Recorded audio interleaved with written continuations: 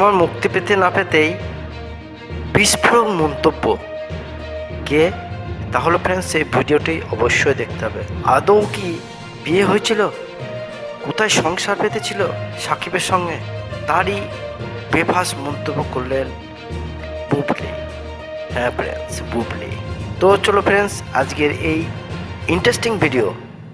এবার তাদের দাম্পত্য জীবনের কথা ফাঁস করলেন এই অভিনেত্রী। তাদের নাকি সম্পর্ক ভেঙে গিয়েছে, এমনকি তাদের বিয়েও পর্যন্ত হয়নি, এমন নানা কথা শোনা যায়। 2018 সালে 20 জুলাই শাকিব খানকে বিয়ে করেন বুবলি। হ্যাঁ ফ্রেন্ডস, 2018 সালে 20 জুলাই শাকিব খানকে বিয়ে করেন বুবলি, এমনটাই দাবি অভিনেত্রীর। কিন্তু কেন? তাহলে ফ্রেন্ডস ভিডিওটি সম্পূর্ণ দেখতে হবে।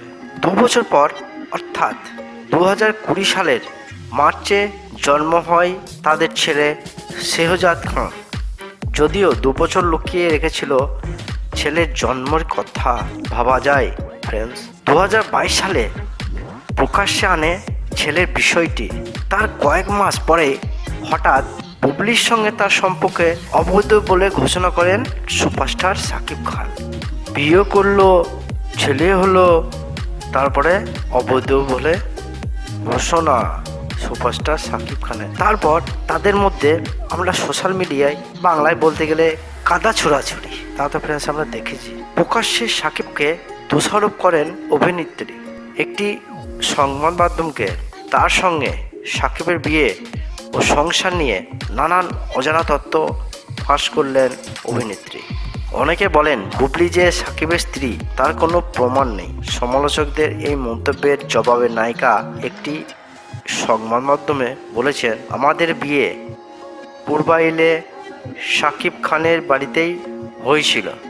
আমাদের বিয়ের বয়স 6 থেকে 7 বছর পূর্বাইলে আমাদের সংসার ছিল। ওখানে সবাই জানে, আমাদের কাছের পরিচালক প্রযোজকরাও জানেন। আর যা ছড়ানো হচ্ছে তার আসল কোনো ভিত্তি নেই, সবটাই গুজব। বুবলি জানিয়েছেন তাদের বিচ্ছেদ হয়নি, তারা সময় নিচ্ছেন। তবে কি শাকিব খানকেও এখনও ভালোবাসেন নাকি ভবিষ্যতে ফের বিয়ের পরিকল্পনা আছে তাদের? আবার বুবলি জানান তিনি শাকিবকে ভালোবাসেন, তবে আগের মতো কিনা জানে না।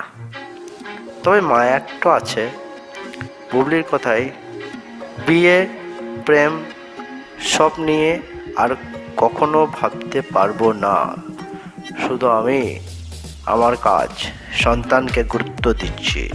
ভবিষ্যতে এই সিদ্ধান্তে কোনো বদল হবে না। শাকিব খান ছাড়া দ্বিতীয় পুরুষ হিসেবে অন্য কাউকে এখনই ভাবতে পারিনি। এখন সন্তানের জন্য কিছু মানিয়ে নিচ্ছি।